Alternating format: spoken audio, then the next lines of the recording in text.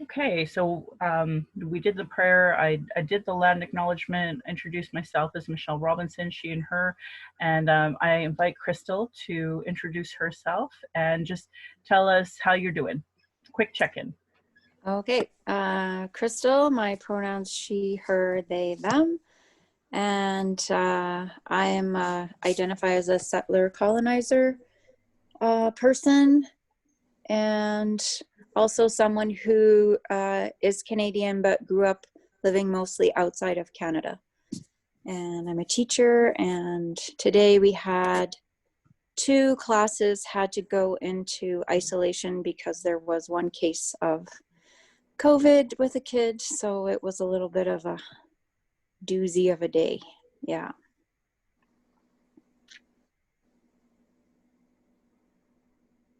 Awesome. I'd like Andrea to introduce yourself, your pronouns, and how you're doing today. Hi, Andrea, a person, and yeah, all is good. Been looking forward to this discussion tonight. Awesome. Thank you, Andrea. Jeremy, would you like to introduce yourself? Sure, thank you. Hi, I'm Jeremy. You can refer to me with he, him pronouns. And today was a pretty good day. Nice and busy at work, but I was able to help a few people, a few colleagues. So that's how I like it. Oh, that's great. I just put the running order kind of in our notes. I thought maybe I'd invite Carol and then Roberta, Kat, Rosemary, Dawn, and Heather. So I'm just going to put myself on mute, listen, nod, and eat.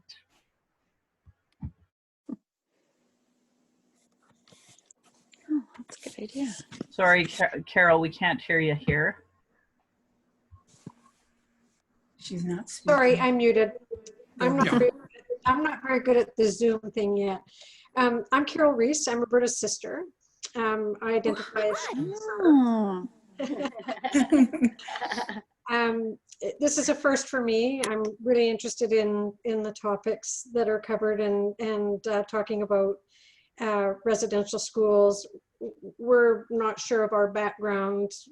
We suspect that our family was Métis, but wouldn't talk about it. So Roberta just invited me to come because I'm really interested. So I'm Roberta, I'm Carol's sister. And yeah, we were told our grandmother was Métis, but she died when our mom was little, and we were not allowed to talk. There was Indigenous marriage within the family and cousins, but we weren't allowed to talk about indigeneity. We were told we're French, we're very French. So we have no experience, no cultural knowledge, but yeah, a lot of desire to learn. Hello, I'm Kat. I use she, her, or they, them pronouns. I am a settler and an artist who works in retail.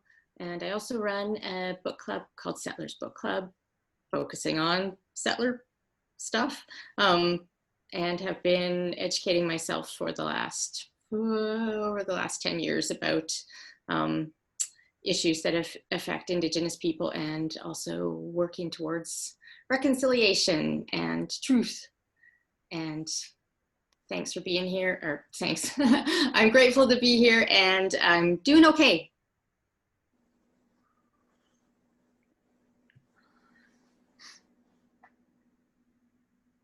I think you're up next. What? Us? Who? Dawn and I? Rosemary. Go. Okay. I'm Rosemary. I use she and her pronouns. I'm a white settler of Irish, British, French, German background. I was born and raised on traditional lands of the Onondaga Nation in upstate New York, and came to Canada. I don't know, when did we come? I don't know when I came, 1970, 71. Yeah, today's been a busy day. I'm feeling a little overwhelmed with things to do, but happy thing. Tomorrow afternoon, when the weather is supposed to be 6 degrees, 2 of our grandchildren are coming over for a socially distant backyard visit. So I'm really looking forward to that. Mm-hmm. I'm Don. I'm a settler of British descent. I've lived in Calgary since 1960. And I noticed a number of things that were different about Calgary from the other places in Canada that I had lived in. Today was a pretty good day. I finished a major assignment, so I was pleased with that. So.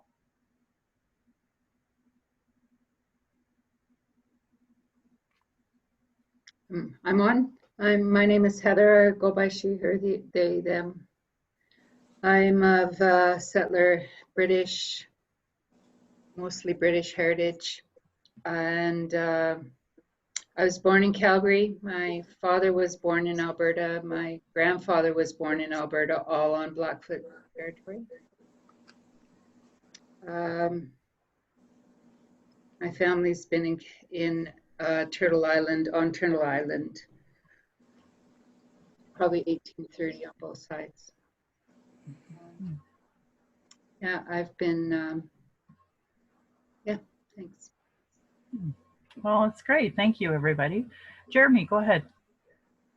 I got overwhelmed, I guess, and forgot to introduce myself properly. And since I'm new, I figure I should probably do that.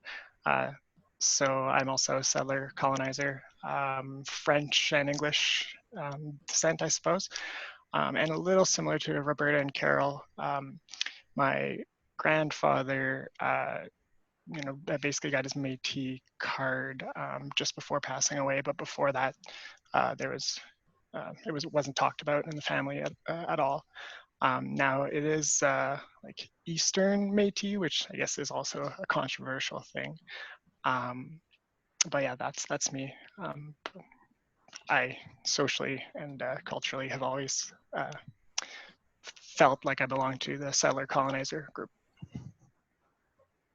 Wow, well, it's great to hear everybody. Carol and Roberta, Jeremy, all identifying as Métis. It's kind of a fitting day because today is Louis Riel Day, start of Métis Week for a lot of folks across Canada acknowledging today. So they started their flag raising ceremony about noon today at City Hall.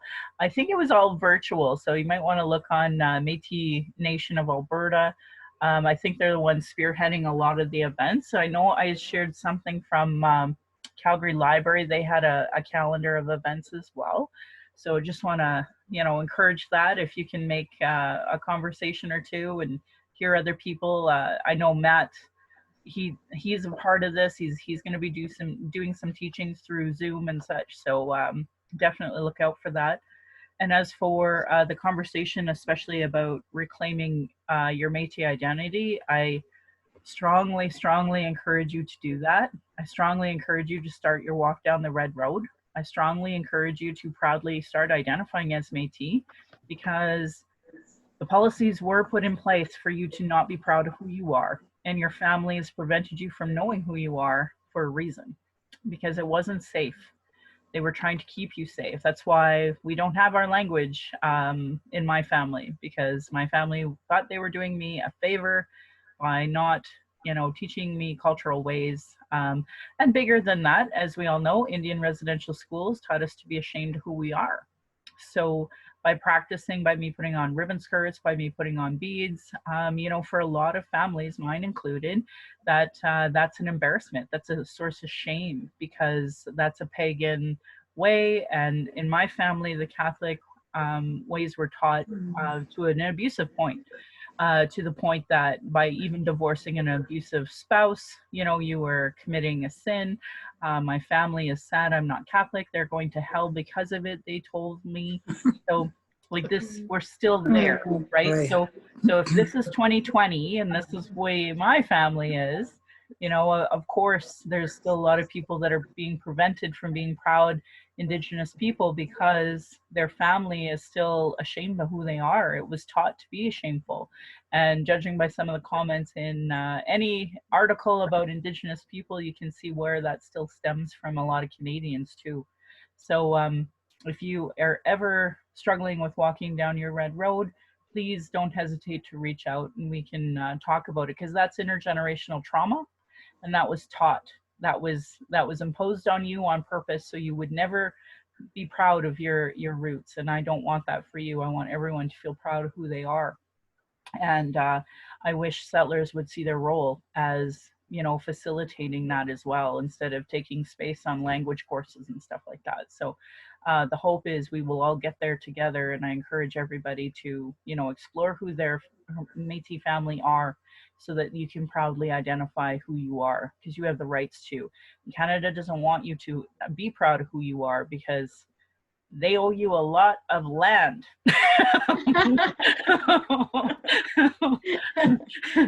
A lot. So my friend Terry is just joining us as well. As soon as I see that they're on, I'm just going to let them know that we're recording.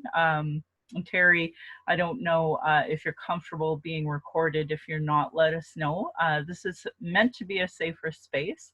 So at any point in time throughout this conversation, we can even pause the event just to you know, share something that you may not feel comfortable, whether it's names of nonprofits or whichever. So just please, you know, don't hesitate to ask for it to be paused. That's no problem. And Terry, if you are comfortable, if you want to unmute yourself, if you want to just introduce who you are, your pronouns, and maybe how you identify. We've done a kind of a round. We've done some land acknowledgement as well. So I just encourage you to jump in. Can you hear me? I can. Okay, perfect. My name is Terry. I go by he, him. I am transgender, and I know Michelle from doing doing I don't know what you'd call it. Just doing some community stuff in Calgary. I am slowly discovering kind of what it means to be two-spirit. It took me a while to get around to accepting that part of my life, and I went to a few of these before COVID, and I'm glad that we're doing this on Zoom now. I was really missing it. Oh, that's great. Thanks, Terry. So this one, and I encourage you, nobody has to mute themselves if they don't want to, because this is, you know, a respectful sharing circle. So, but understandably, if you mute because you have a barking dog or whichever, I totally understand. So I guess today we're reading the volume 4 of the TRC. And I mean, not everybody, of course, has this available, but it is a free PDF. So I've been trying to share it frequently this month to other people in the hopes that they would read at least part of it at the very least. As usual, I find that these books have a lot more references in the back, so it's almost like a half book anyway. And there is a Métis one as well. I didn't get into it, but you know, just because we were talking specifically about the calls to action, about the missing children and marked burials. And so maybe from the same starting order there, where we go from Crystal to Andrea to Jeremy, Carol, Roberta, Kat, Rosemary, Dawn, Heather, and Terry, if you just want to let us know what you read and where you're at in the calls to action, or the book, and just some reflections to start us off with, and then we'll go from there. Okay, well, what I did was I started researching the schools that were in the areas where my family has lived. So I have family in Glace Bay And the closest school there was the Shubenacadie Indian Residential School that was open from 1922 to 1968. And then in Ottawa, Montreal, the closest school was the Caughnawaga Indian Day School. In Kingston, Ontario, there was Aldenwick Industrial School from 1838 to 1966. In Toronto, Niagara Falls, there was Mohawk Institute in Brantford, 1831 to 1970. In Pierceland, Saskatchewan, there was St. Anthony's Indian Residential School, 1891 to 1968. And then Calgary, they called it TRC Indian Residential School, 1894 to 1930. And then St. Dunstan's School, there was Calgary Industrial School, 1896. I think that then was St. Dunstan's, which closed in 1907 and then reopened as St. Barnabas. And then in Port Hardy on Vancouver Island, there was, in Alert Bay, there was St. Michael's Indian Residential School, 1882 to 1974. And I actually had seen this school visiting Alert Bay. It was, I guess that, I'm trying to think how many years ago. It was just before they had decided to demolish the building. So at that time it was a museum kind of format where you could go in and you could read the testimonies of different people who had been at the school. Yeah, and it's just the, you know, the structure itself very oppressive. Even the look of it was very oppressive, and it was interesting, you know, in the community of the reasons why to keep it there or the reasons why to have it gone. And then in the process of this, I came across the Anglican Church descriptions. And then I started getting really upset because the way that the St. Barnabas School was being described was like, there's no mention of any kind of trauma. The school's described as quote unquote properly equipped, providing the quote unquote necessary vocational skills to lead a productive, self-sufficient life. They even quoted famous alumni, David Crowchild. And then when they talk about the flu, it's like this thing that happened that they had nothing to do with.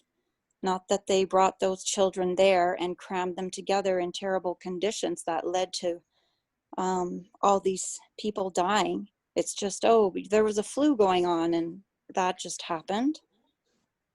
And then at the end they had a list of dates and they called that milestones. Yeah. And at that point I've drafted an email about, you need to completely redo this whole thing.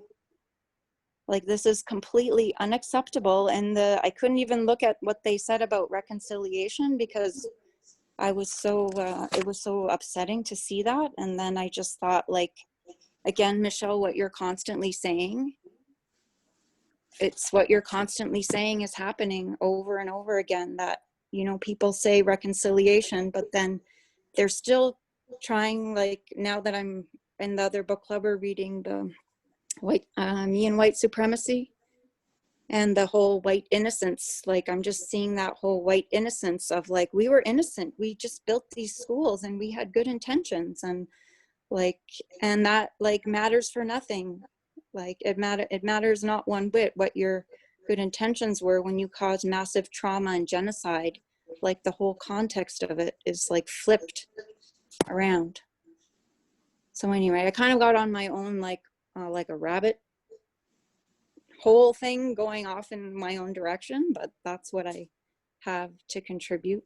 And yeah, it is really hard. And I feel like, Michelle, you're so amazing even to sit here and talk with us about this. I can't like appreciate you or thank you enough for everything you're doing to make a positive change. Yeah. So Thank you for and those if anyone kind else words. wants to write me with to the Anglican people, like we can do a whole joint thing and bombard them with angry emails about like, what is this crap? Yeah, that'd be good. I appreciate those kind words. I just try to remember that I wouldn't even be here if it wasn't for them surviving. And you know, for me, this is a part of my healing journey, just doing this book club. And I don't know too many natives that go through the TRC, actually, not gonna lie. Obviously, when William, or I guess Murray Sinclair and Wilton Littlechild and some folks like, I mean, they had to. And I was sobbed a lot through this book because I thought, you know, they lived through it, and then they had to hear everybody else's story, and then they had to write the book, and now today they have to advocate. So it's like the least I can do is have a book club, you know. So that's and to have willing people like yourself come, that's what, like, that fills my heart. So and let's hope we can do letter writing campaigns and more. So thank you, Crystal. Andrea, would you like to go next? Well, I just wanted, I don't know if we have everybody's emails or not, but Crystal, I like maybe you and I can exchange emails and just kind of, I'd totally work with you on like a letter writing campaign. So I'm going to put in the chat my email. Okay. And you can get an email, and then you and I can connect after. Okay. Yeah, that's wonderful. And actually, if you guys could CC me, I would appreciate it. So yeah. Andrea, did you want to go next and talk about where you are in the book? And no, because I actually didn't. Sorry, my bad. I didn't get too much reading done. But so no, I don't really have a lot to add from that perspective. Sorry. Sure. Jeremy. Sure, I could say a little bit. So I don't have the book, at least not a physical copy. Thank you, Michelle, for sending me a PDF for chapter 4. So I was able to read through that, although it was difficult because it just doesn't stop. It goes on and on with more and more examples of terrible treatment. And I guess one of the things that stood out to me was Crystal mentioned this idea that of white innocence and that we meant well or whatever, and yet regardless of that, there's continuous reports of corporal punishment being totally unbelievable, of the buildings being completely unacceptable in terms of fire code and so on, and for 100 years, I guess, those documents are there saying that people that were part of the system knew, and yet nothing's ever done. So to me, that just, that how is that not intentional? And then I was struck as well by the intersection with capitalism, I guess, where they had the cow herds that were there for the benefit of the students, and yet they were skimming the milk and selling the butter. Just so many unbelievable examples of what was wrong, and what needs to be acknowledged further. And I also noticed some of the schools that were in places where I had lived or have friends, in particular the Capel School, which just seemed like every section started with the Capel School and something awful had happened there.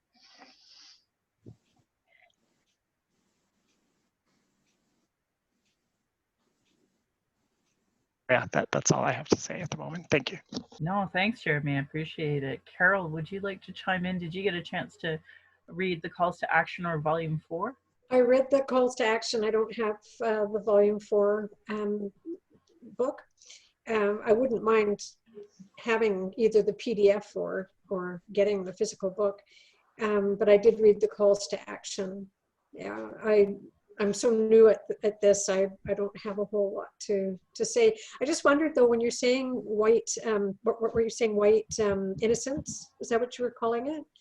Could that also be white fragility? Like, you know how that's a lot in the news with the Black Lives Matters thing lately, like the white fragility thing. It sounds very similar to me. Yeah, not taking Yes. responsibility.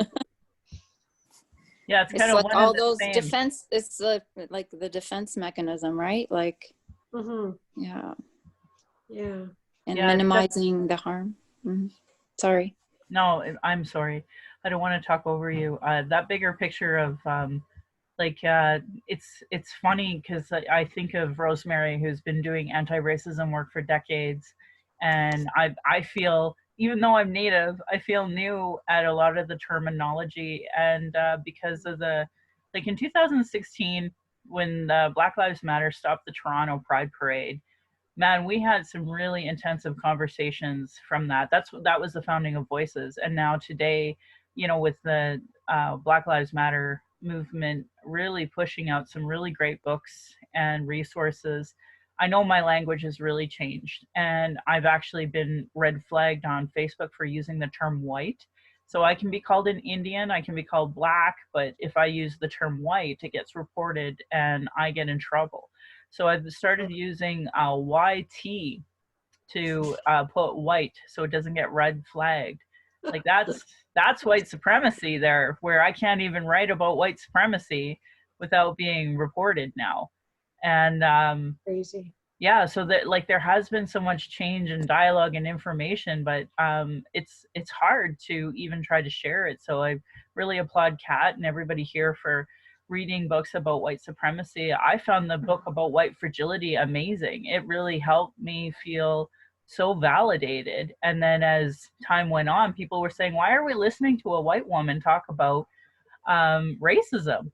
And then you start reading some of the Black resources, and they're so good. I contacted a Black professor a few years ago already to talk about racial battle fatigue.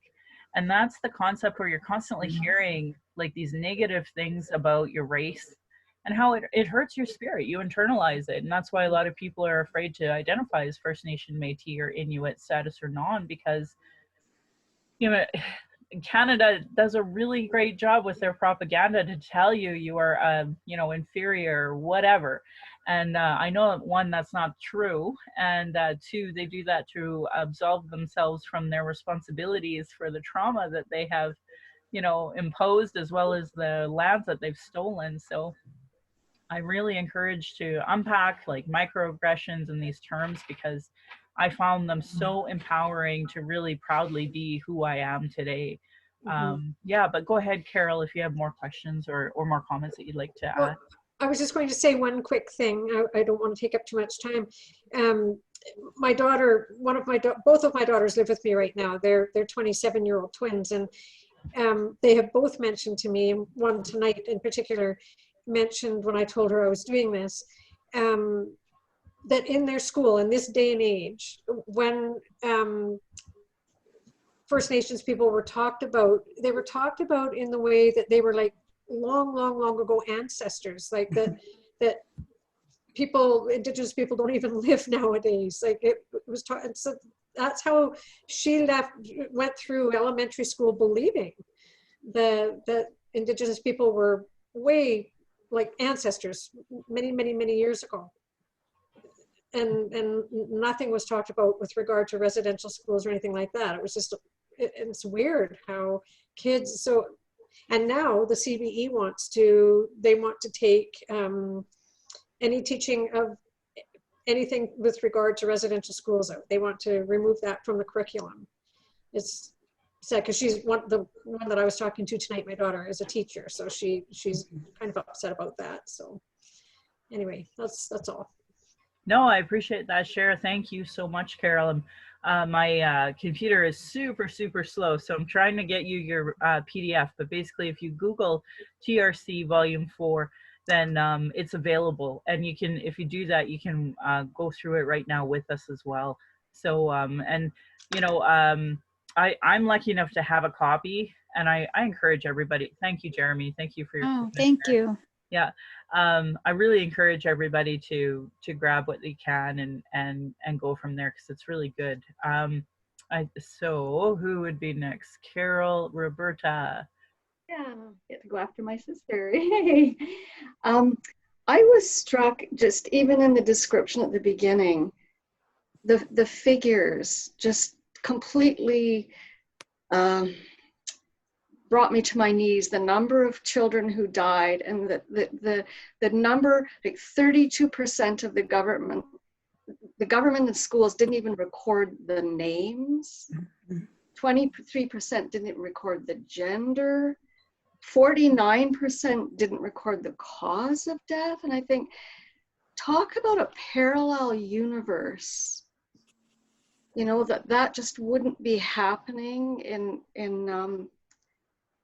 the rest of Canada. That, well, so that struck me. And then I started looking at some of the propaganda that people have brought up, kind of this capitalist, religious-based propaganda.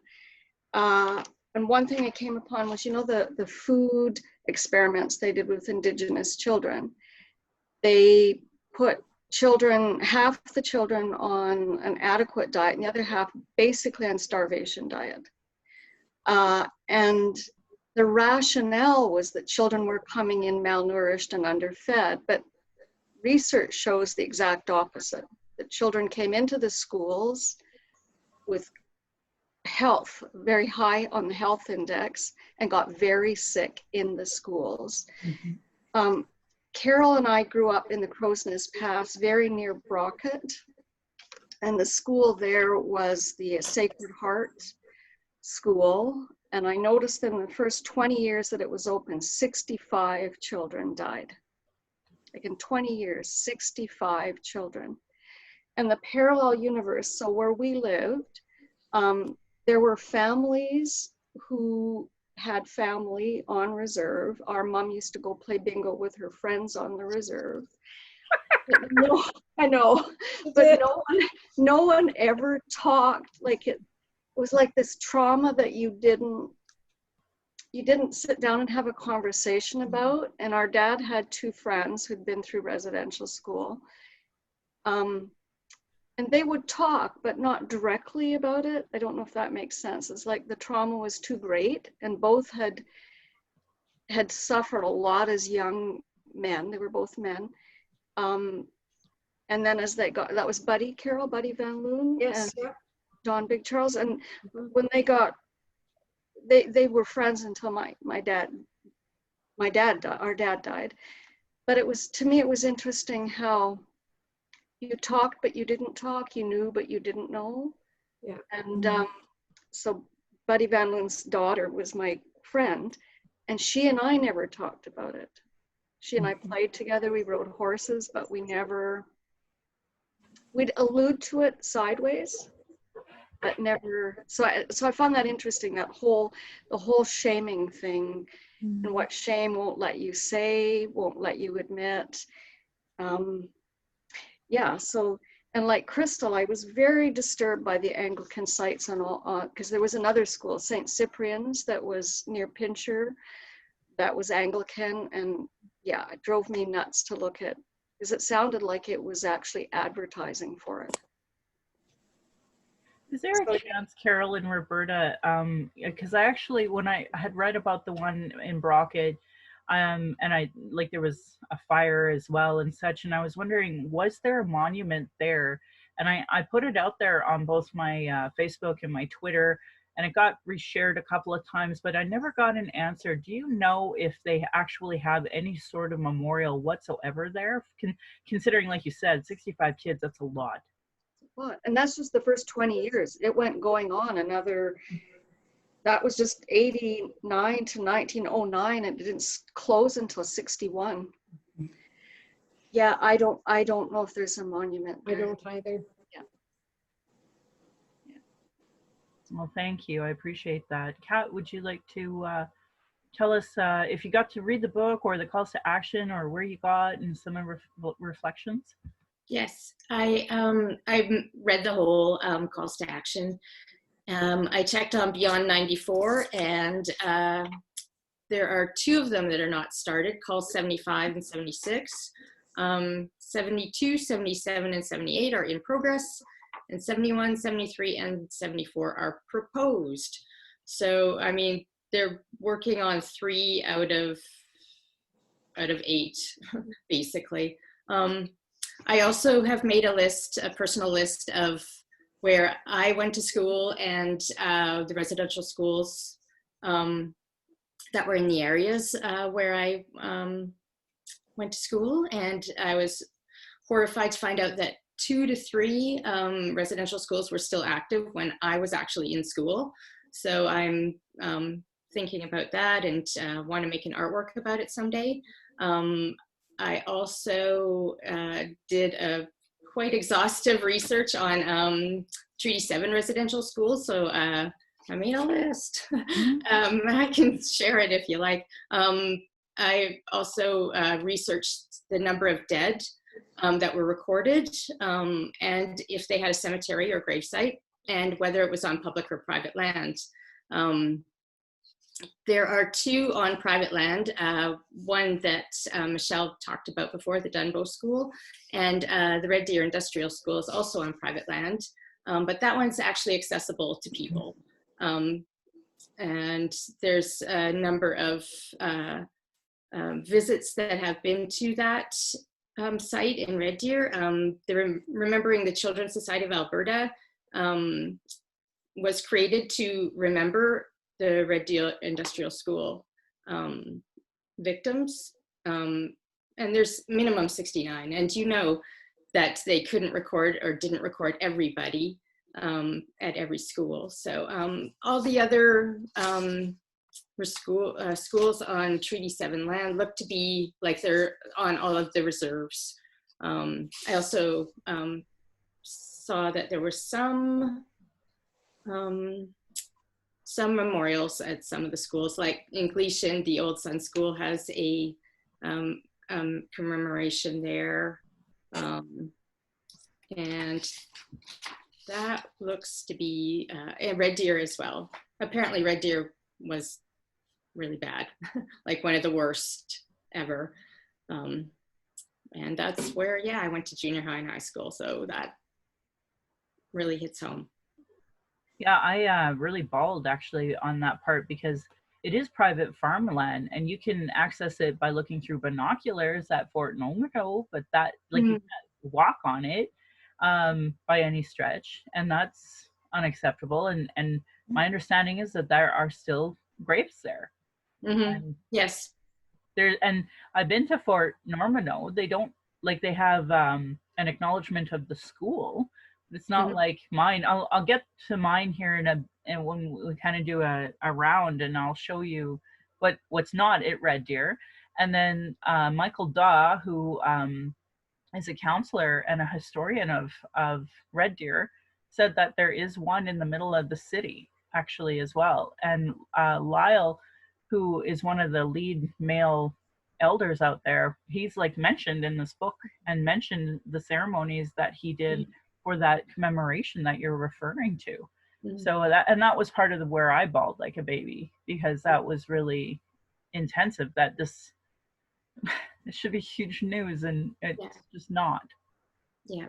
And I'm super interested in working on any sort of memorial or commemoration or getting access to residential school lands. So if anybody starts anything, I know Michelle, you were talking about that, count me in. I'm on it. I'm eager to help with that. Awesome. Thanks, Kat. You bet. Rosemary. So I was able to read the calls to action. I realized I, for some reason, didn't read all of them. So I read 71 through 76 and then read, I didn't go to Beyond 94, but just look for an update where the government's telling you what it's doing. And so the very first call, they say, well, the government doesn't take the lead on this one.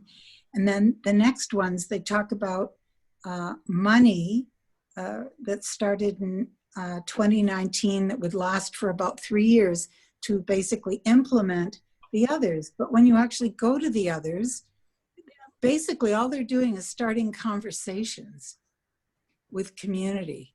Yeah. And they're not directly moving ahead. And I mean, the TRC, even one of the calls to action lays out the principles by which, you know, the work should move ahead. And even on that one, oh, we're going to go have conversations with the community, you know, to find out how to do this. And that includes the recommendation that talks about, you know, developing protocols or whatever with, you know, churches, other groups, private landowners, etc., around, you know, these residential school sites and access, and creating memorials and a place for ceremony and ritual around those memorials. I didn't look at residential schools in Canada. As you know, I grew up in upstate New York on the traditional territory of the Onondaga Nation. And I'm going to come back. I couldn't find any, I couldn't immediately find any information about the Onondaga Nation. But what I kept being referred to was a school that existed in Western New York called the Thomas More School for Orphans and Destitute Indians. And there was actually a 2019 news item on this on one of the local channels, talking about, you know, the need to learn this history, that we all need to, it's part of all of our shared history, we all need to learn it. And they referred to this school as a national tragedy. It had one of the worst records of they called them boarding schools in the States. And it was established in about 1855 by 2 Presbyterian missionaries who, to their credit, spoke the Seneca language. That school, when I say Western New York, it was where the traditional lands of the Seneca existed. And they spoke Seneca, they hired Seneca-speaking teachers. But in the 1870s, the New York State Charities Board took over the schools. Language, the Seneca language went right up the window. It was all about English, punishment for English, you know, hair being cut off, the clothes, you know, punishment for speaking the language, and the whole, they were just so outspoken and clear that they were there to civilize these children, to change them, to assimilate them. It was all about assimilation. And there's been a small video called Unseen Tears that's been put out, where they interview some of the survivors of the residential school who talk about their experiences.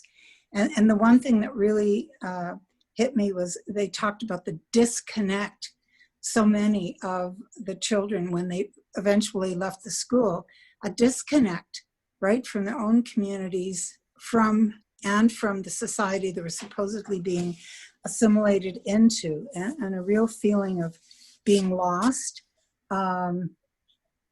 And this school, it existed, yeah, I think until about like 1976, something like that. So yeah, I mean, I was going to school in upstate New York all during that time, never heard about it, never heard anything. I knew nothing about boarding schools, residential schools. And I'm ashamed to say that until you asked us to go find out, Michelle, it never occurred to me to look this up. I took a lot of notes, but, you know, I'm having trouble remembering everything about the school, but it was very important to learn this. And in learning about this school, I then learned about, they referred to another school called the Carlisle School. And this was down in Pennsylvania in Cumberland County. And Cumberland County is where I had the German/Pennsylvania Dutch ancestors settled and came from. And the history of this school is fascinating. It was established in the 1870s by the military. And the purpose, it was set up in Pennsylvania, but the person who set up the school, this military officer named Pratt, his job was to recruit Lakota, Dakota, and Nakota recruits for this school. And the school seemed to be geared towards mainly like teenagers, not little children, but teenagers. And the purpose, and he was doing this recruitment 3 years after the defeat of Custer, right? And the 7th Cavalry. And the government wanted the children out of the parents' hands so that they could use the children as leverage to subdue this resistance to land surrender. That was the whole purpose of it.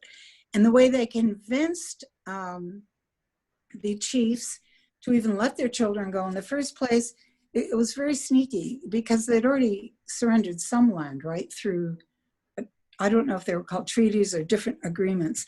And so they said, well, if you knew how to read and write, you wouldn't have been fooled, basically, is what they're saying. So don't you want your children to know how to read and write so they can better defend their people and what they're doing? So they shipped the kids off. And this school became a model touted by the government in Washington. And the chiefs initially were allowed to come and inspect the school and what was going on. And then they were all taken to Washington, where they're all praised for sending their children to the school. So this school then became a model for other residential schools across the country. And it ran on a military regimen.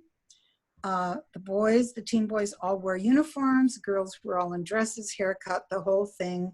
It's all about English, culture being wiped out. It's all about assimilation. The quality, if you can put aside how they're destroying people's culture, the quality of the education given sounded very, very good. They incorporated music, it incorporated camping, it all kinds of things. But the ultimate goal was to use the children literally. Pratt referred to them as hostages, right? Vis-a-vis the chiefs back in Lakota land.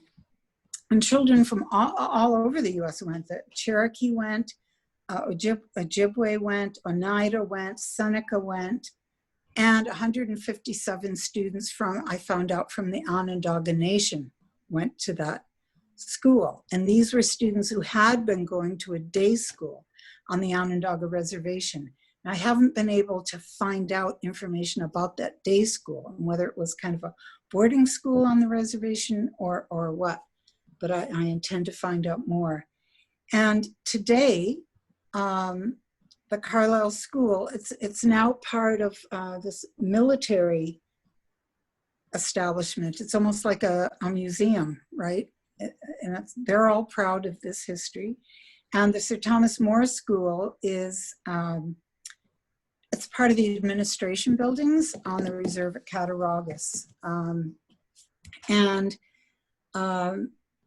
They didn't talk at all about deaths or anything at the Carlisle School, but at the Sir Thomas More School, one of the people speaking in the film, he talked about how in the winter when children died, the bodies were stored up in the attic because they couldn't bury them yet in the ground. And the video included shots of a cemetery.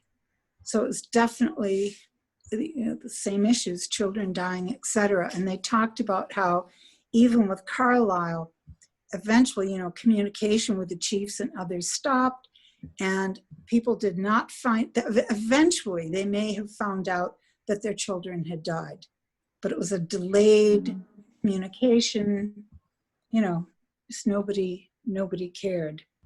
So it is, I intend to keep looking into this, and it's overwhelming to find out.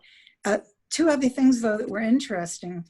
By this time, late 1800s or so, of course, most of the Mohawk, right, who are in Eastern New York, most of them were up in Canada, right? After the American Revolution. But there was still a small Mohawk reserve left, and it's still there, Akwesasne, and they now have a Mohawk Freedom School where everything is taught in the Mohawk language as a way to resist, all of that. So, and then there's a school today on the Onondaga Reservation.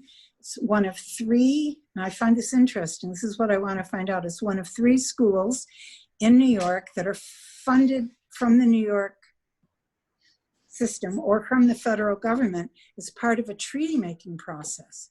See, everyone did a different treaty before and after the American Revolution. So it's quite a complicated system. But they, even though they follow the New York State curriculum, they have a lot of Indigenous culture, language, etc. in the school. So sorry, I've gone on and on, but that's all I found. It's good though. I'm glad that, it's a small number of calls to action, but honestly, I couldn't think of something more incredible for us to all be really researching and knowing and recognizing was right there. I mean, I grew up in Sylvan Lake, and to find out later what happened in Red Deer. Anyway, Don, I'll let you go. Okay, thanks. So I went to junior high, high school, and my BA in Calgary.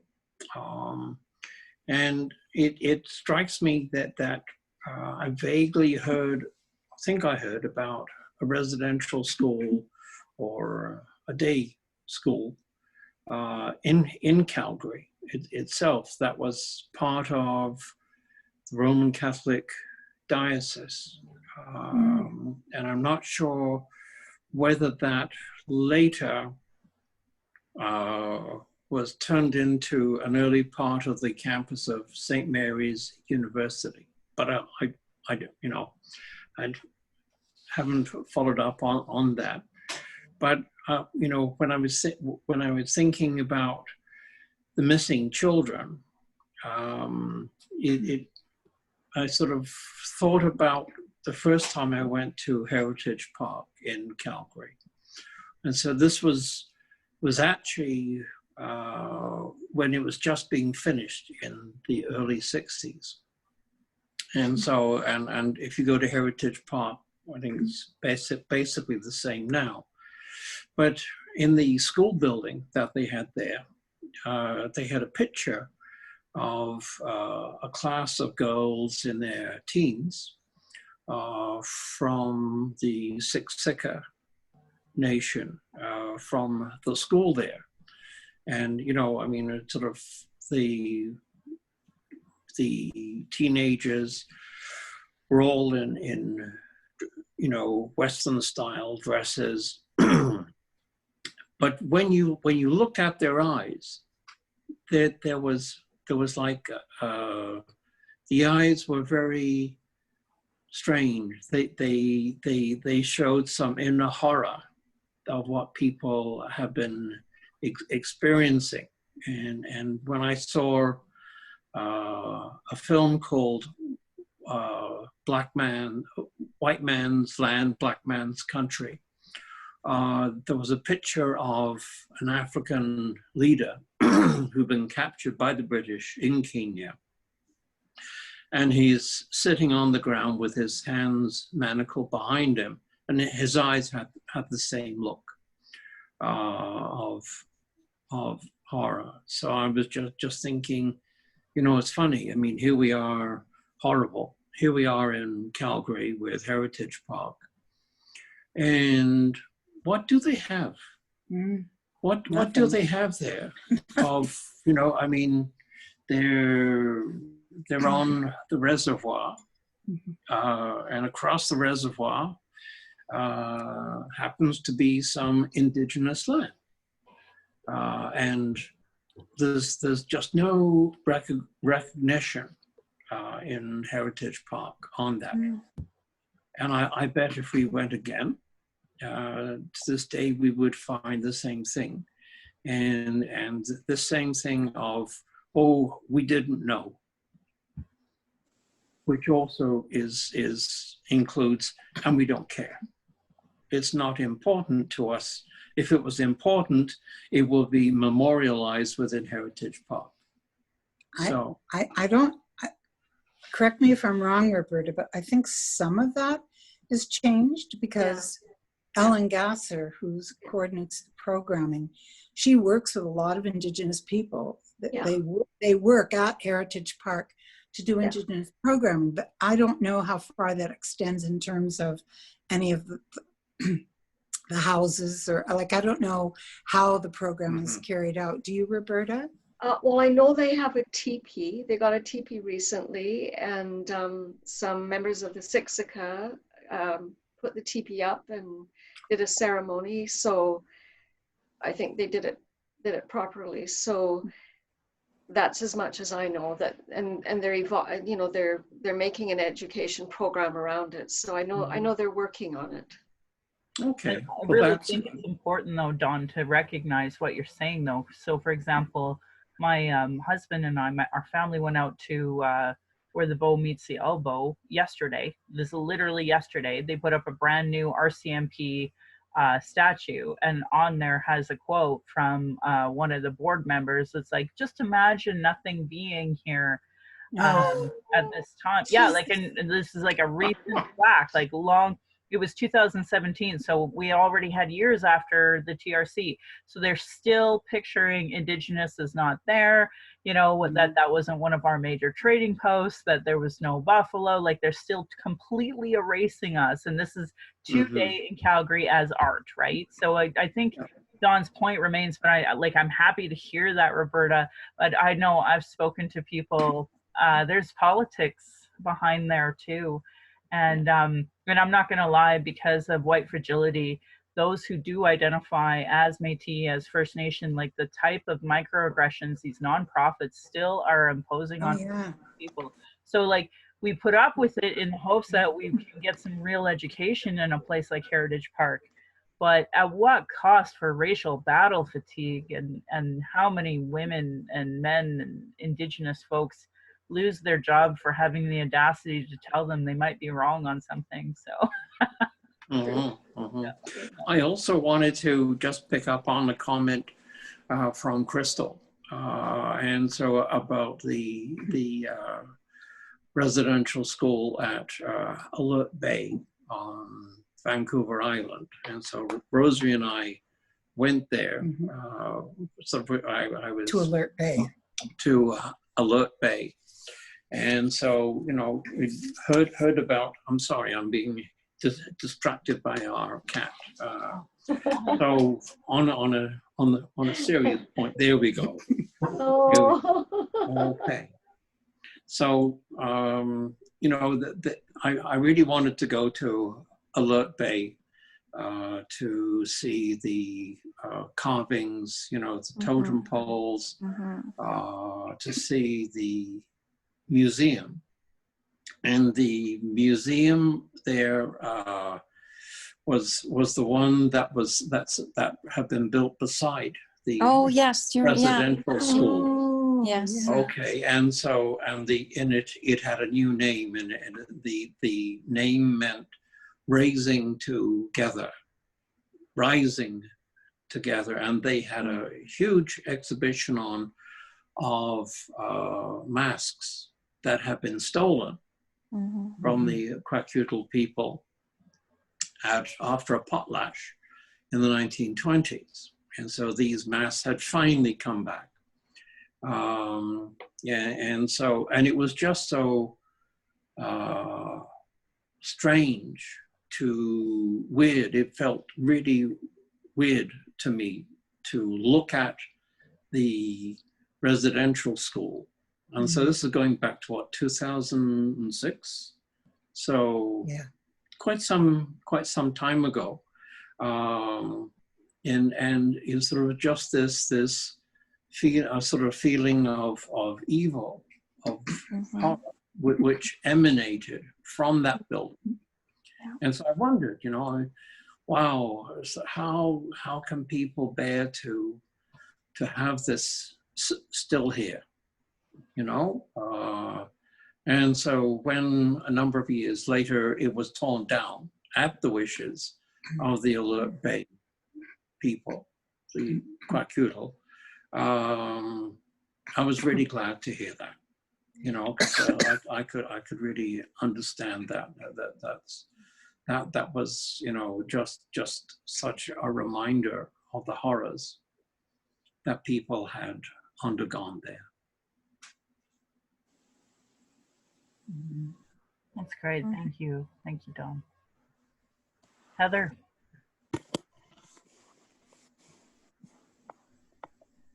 Yeah, so Don, as far as I know, at Heritage Park, when I was there, and it's not recently, there was Heritage Park, and then over there was the old fort, the original, you know, supposed setup of the old fort. And then behind the old fort was the teepees and the village. You know, and it was definitely set up as a has-been situation. These, you know, this was before. So it was over behind the old fort, behind the railroad station. Yeah, behind the ranch house, that kind of thing. The fort was custom built for Heritage Park. Yes, Okay, yeah, exactly. so it's all replicas. It's replica stuff, yeah. But there was a village there, but it was, you know, it was depicted as a village. There was I remember even a few teepees at one point.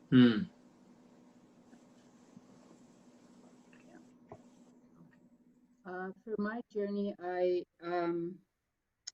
was looking at the archives, and well, I went to Beyond 94, and then I was looking at the archives, and I'm like, well, how good are archives if you can't research them? But then I couldn't get my head around how to research. So I sent them a thing on researching. But anyways, but yeah, it was mentioned that, you know, they're in the process of considering talking about beginning to try to gather some of this information. And I did find out that there is actually a Truth and Reconciliation Archives at the University of Manitoba and in the Chancellor's Building. And so they put a turtle out in front and had a commemoration for that. So there is a site, and it is a visitable site. There is a collection of memorabilia and whatnot from the commission, from the travels of the commission. There was a kind of a gathering box that if you want to leave a commemoration in when, you know, if you were listening or presenting. And so there is something to go and visit there. So next time I'm in Winnipeg. My family, like I said, was 3 generations here on the prairie. My auntie was a teacher, my great aunt actually, and her husband was an agricultural rep. And so the family story is that she taught at the residential schools, and that would have been in the 40s and 50s, but I don't know, how do I find out anymore? So I didn't get too far on how do I find out. I sent a note saying, how do I find this out? But when I asked my one uncle, who is mentally challenged and senior at the time, senior,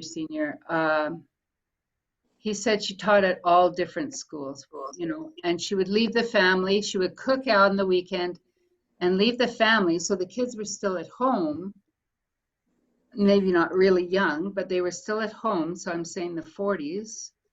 And she would cook on the weekend and then go to the residential school during the week, and then come home, cook on the weekend, and go back to the school. So the only other thing I have is that the family said that was why she had a break with the church. Her husband still attended the Anglican church in the community, and she refused. So that's the only thing. I didn't know anything about this at the time to actually interview Aunt Jessie when she was around. So then I got on from the Beyond 94 site. I was telling Michelle in the 80s, I signed up to be a foster parent because of Wednesday's Child was always on TV, and break your heart. You needed to foster or adopt all these beautiful little children. And so I signed up to be a foster parent, and in 81, I got my first and last foster child, but she wasn't Indigenous, but it was just a really weird system, but they presented it in such a righteous way. You thought you were doing something right, you know. And so anyways, when I was on the Beyond 94, there was a link to the Finding Cleo, and it is 2 seasons. It's over 10 episodes, an hour each. I listened to all of it, and it's about the 60s scoop. So Cleo's family was apprehended, and they still use that word to today, when mom was at the AA meeting. So mom wasn't even home. A cousin was babysitting the kids, and mom was at the AA meeting. And I thought, well, the AA meeting was always in a church, so how much did the church was even tied to this thing, you know? And then it went on into the structure of these. They started like they were almost seeking kids to apprehend, right? And then they were complaining about having so many kids in the system. And it was like, and she had family, and it goes through why mom was part of the system and all of this stuff. And she had family, and it was a cousin that was babysitting. And it was just a horrific, and it took the journey of the family trying to find the 6 children that were adopted down into the States and whatnot, different situations, and trying to find information. And it's like, oh, we would really like to tell you, but you know, these files are sealed, and this was to the reporter, and then the mother was already deceased. Well, we can't share this with the sibling, we can only share it with a parent. And all this other BS around, like just totally unsupportive. And then they're like randomly interviewing people down in the States, and the woman says, oh my God, this was my girlfriend in high school. Like, it's just like, but she could tell them, but the official word couldn't come from anybody. And just real weirdness, like totally, we would love to help you, but there's nothing I can do. You know, I will try and talk to the next level. And apparently the family had been doing this for 20 years. And so it was just a really real journey down that, the whys and wherefores. It just went, this podcast thing has been awarded many awards, because the detail, but the heartfelt, it's interviewing the family and all different levels of family, and it was really, really heart structured, I felt, but very detailed, factual too. So Can I ask a question, Heather? That was done by a CBC reporter who's Indigenous, wasn't it? Yeah, and the brother, Connie Walker. Yeah, so yeah. Connie Walker said she was also from Saskatchewan area. Yeah. Right. Yeah. Thanks, Heather. Yeah. Terry, did you get a chance to read the calls to action or the volume 4? And did you have any reflections? I did. Thank goodness I'm a speed reader because I just did that today.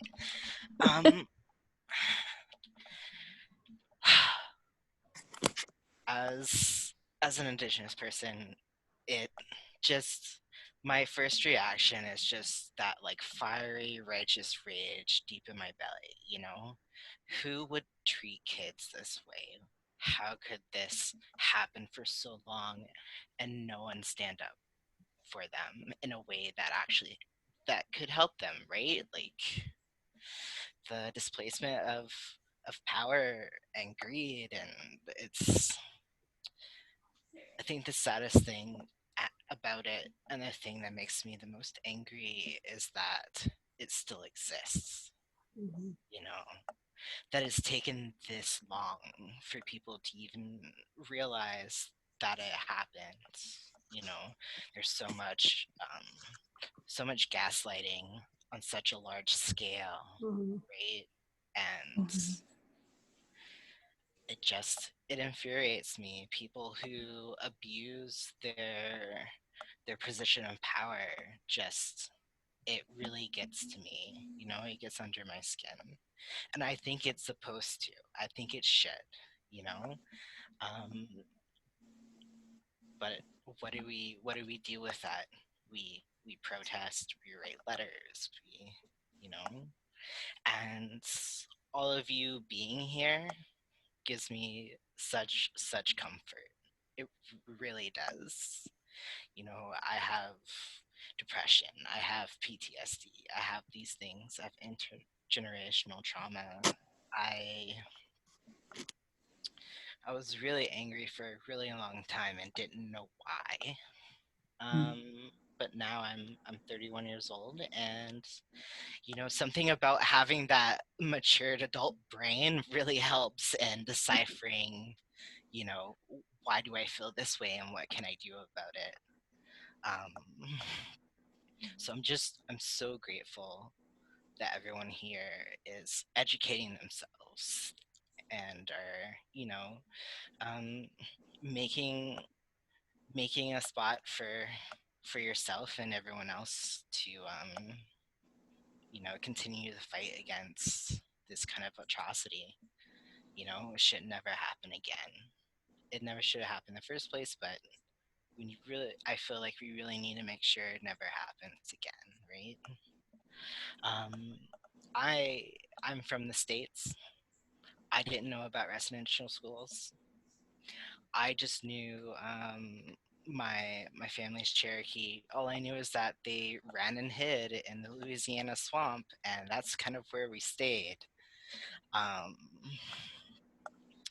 A lot of my family went into the military as soon as they could, because that was a spot that was kind of protected them being in the military and going to war than it was being at home and having a normal job and having a family. So a lot of my family is gone. They're deceased. They're just gone between war and addiction, trying to deal with, the trauma that happened to them. My father died when I was 4 from liver failure because he couldn't stop drinking.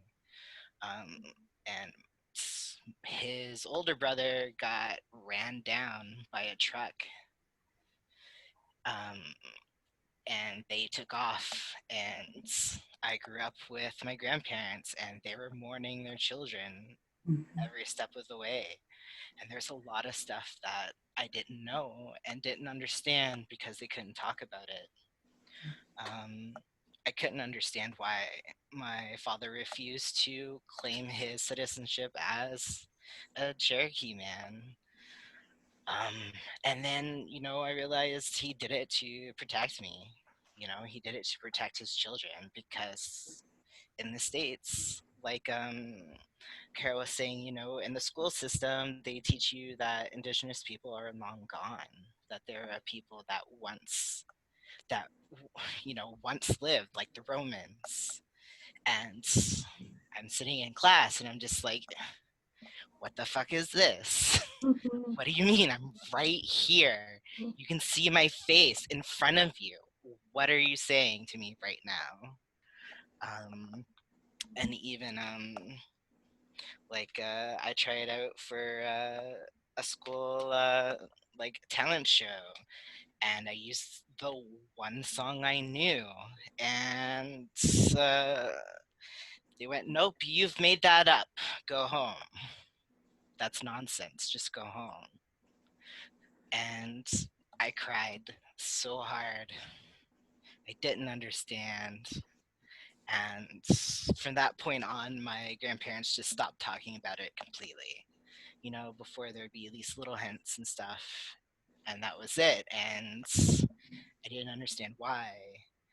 And, coming to Canada and kind of seeing the bigger picture of the history that's happened and is still happening today, it really, I think they did the best they could to protect the future generations from what they went through.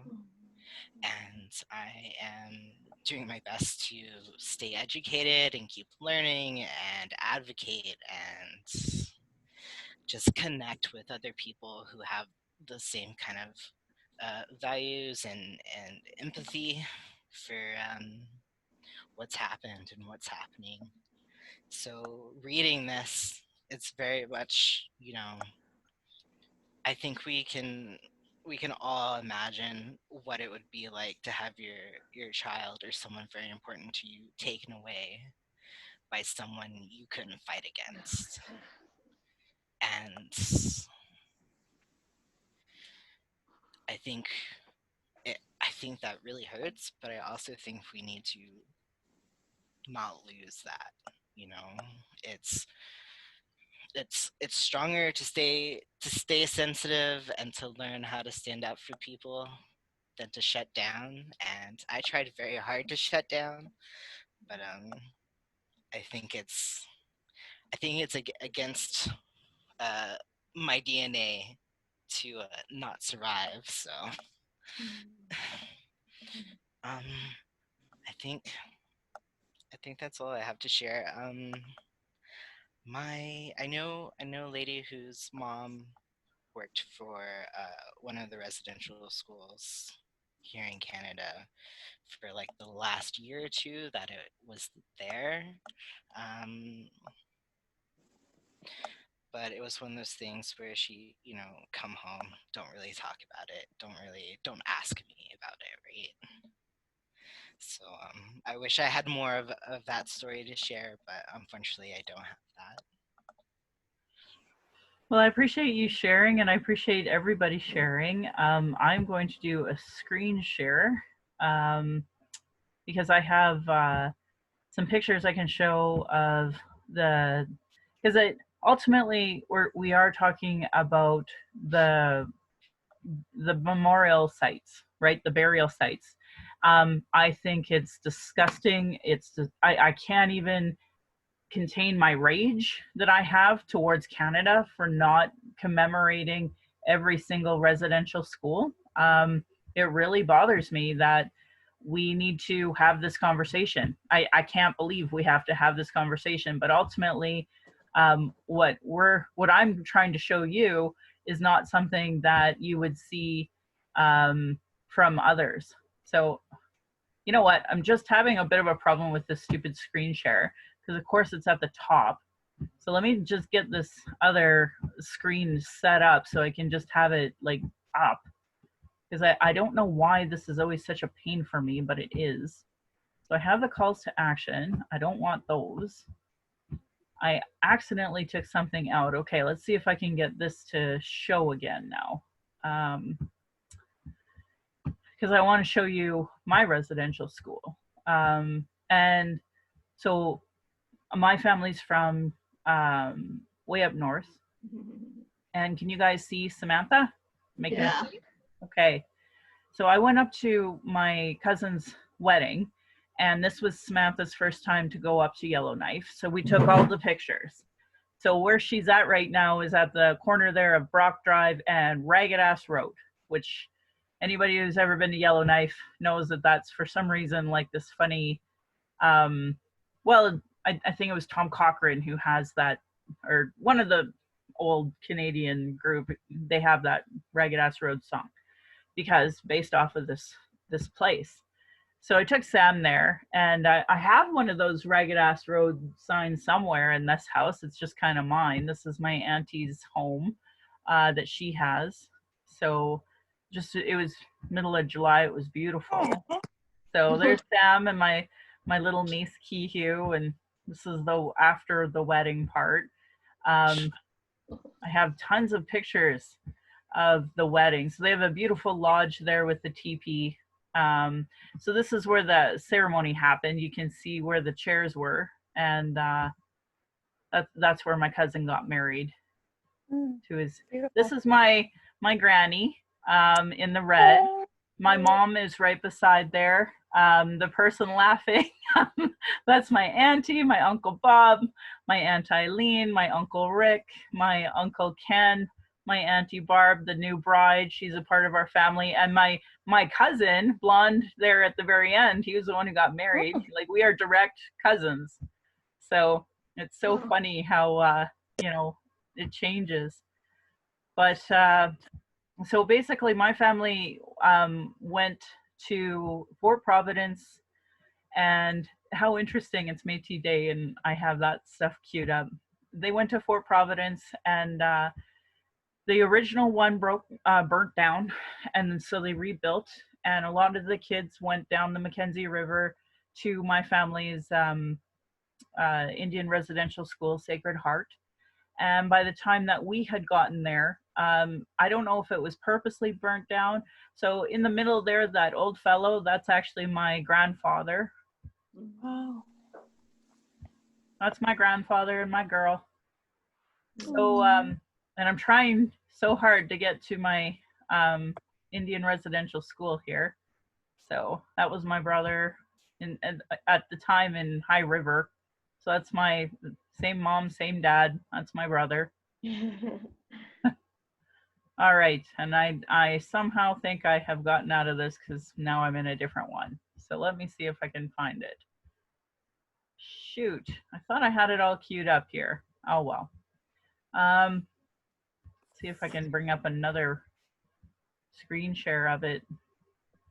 If you look up Fort Providence Indian Residential School, it's just a series of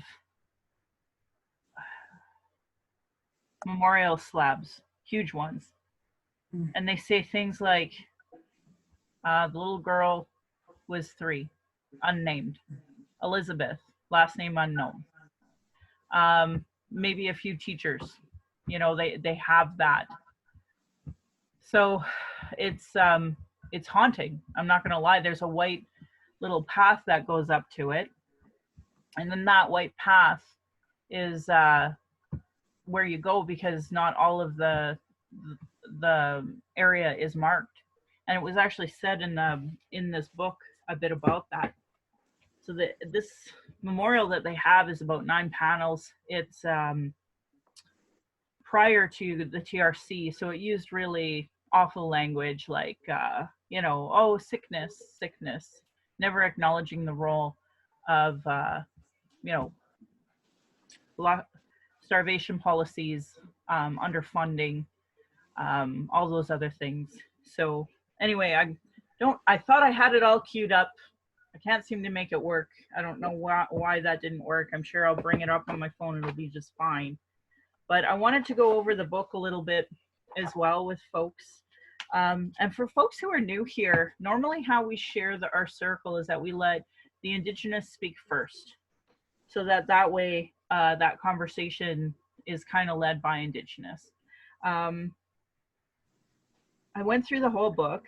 So just to go quickly through it, it talked a lot about statistics, the gaps in their data, the operational policies and care, where were the children buried, some of the cemeteries and unmarked burials.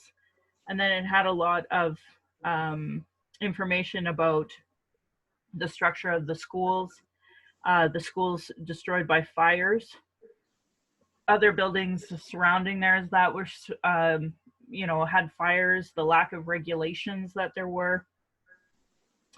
Some school fires that were deliberately set and some that weren't. And when I finished reading this book and I opened up the TRC, the other report, this one, and I looked at the small little bit that they included, it was literally a page. So somehow they tried to encapsulate a page into the final report here. And I really thought that was a disservice.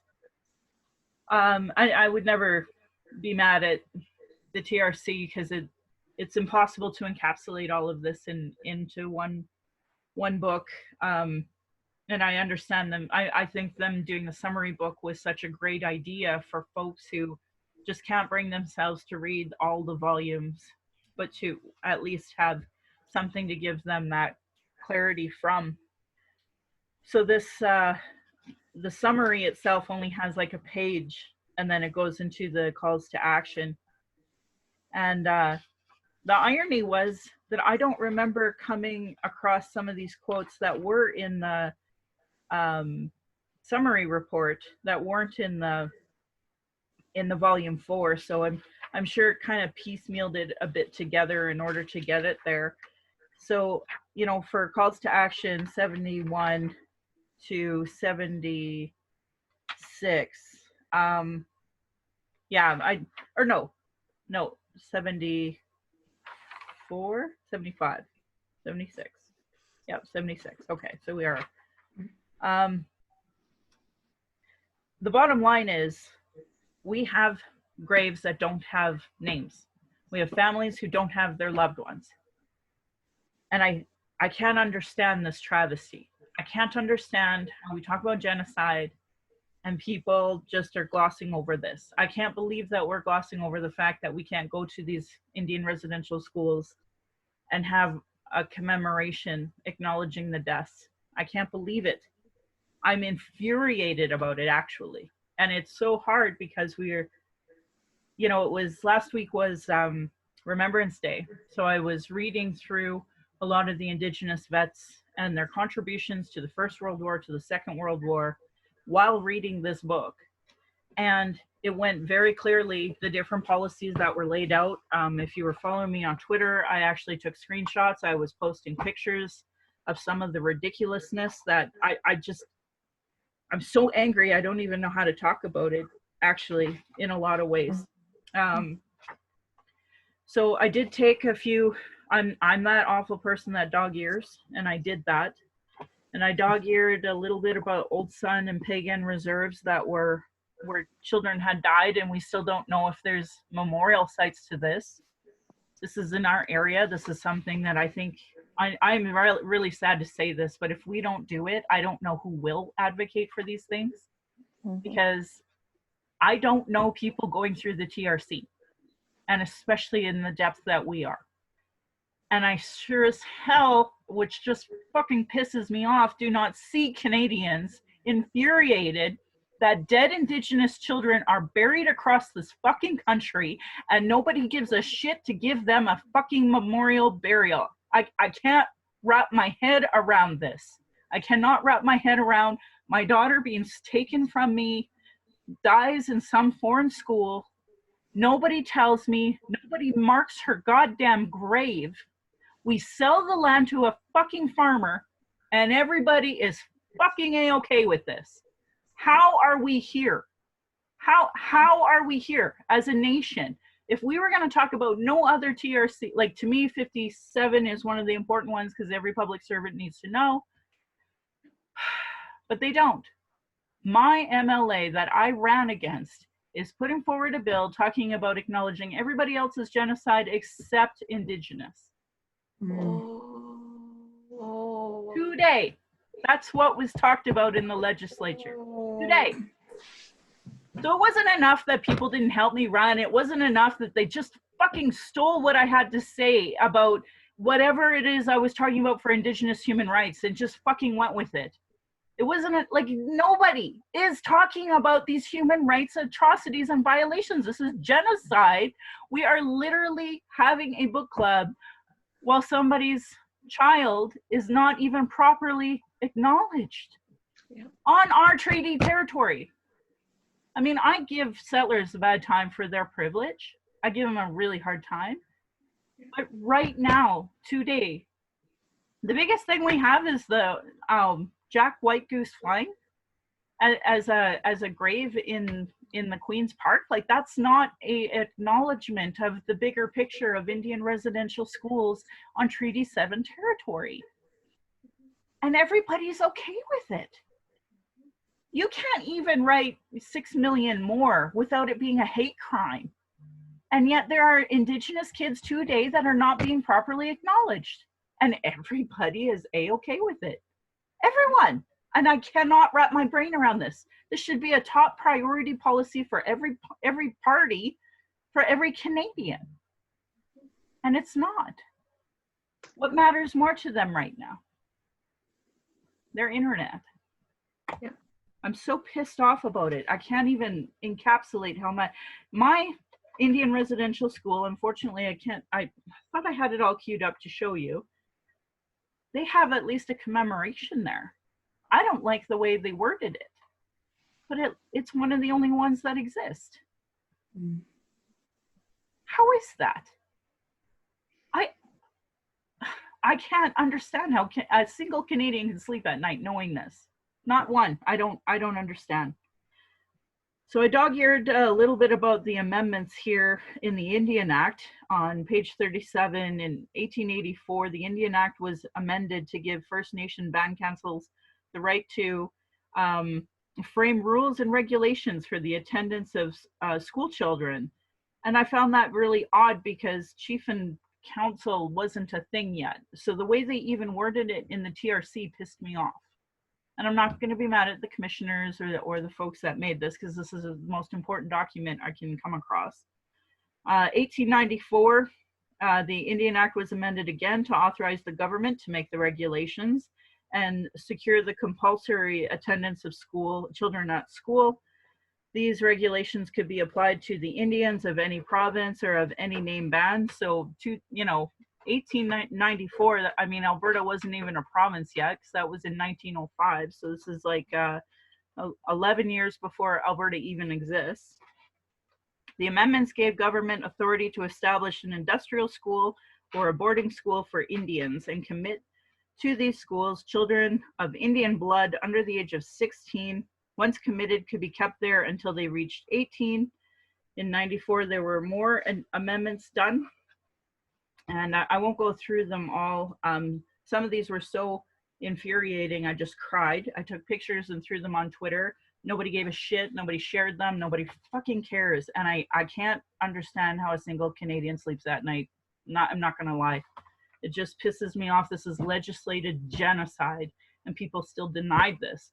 Last week, all I did was call out Matt Wolf, or Matt, some fucking idiot from the UCP that just keeps talking and talking and talking about how it's not genocide when it is. So Terrell Tailfeathers, he started the hashtag to fire Matt Wolf, or whatever the stupid moron's name is.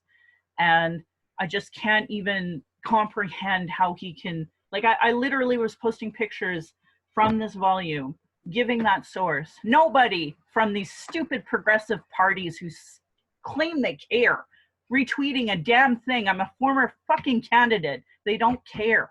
Nobody cares. The NDP, nobody. Oh, she's a liberal. I can't share that. The liberals, they're too busy, whatever, so they can't share it. And it's infuriating to me, because these are my people. We are in the middle of a genocide. We are still living this genocide.